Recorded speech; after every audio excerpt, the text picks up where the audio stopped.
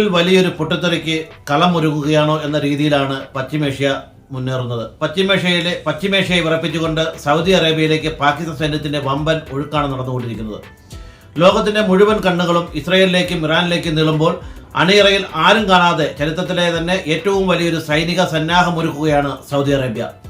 അമേരിക്കയുടെ സുരക്ഷാ വലയം പോരാഞ്ഞിട്ടാണോ സ്വന്തം രാജ്യത്തെ കാക്കാൻ സൗദി ഇപ്പോൾ പാകിസ്ഥാനെ കൂട്ടുപിടിക്കുന്നത്?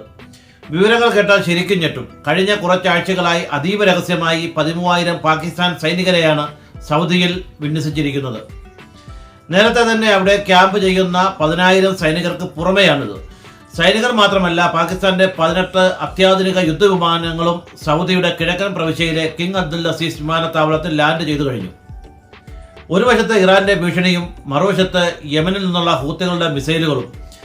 എപ്പോൾ വേണമെങ്കിലും സൗദിക്ക് നേരെ പാഞ്ഞെടുക്കാം എന്ന ഭയാനകരമായ അവസ്ഥയാണ് ഇപ്പോഴുള്ളത്.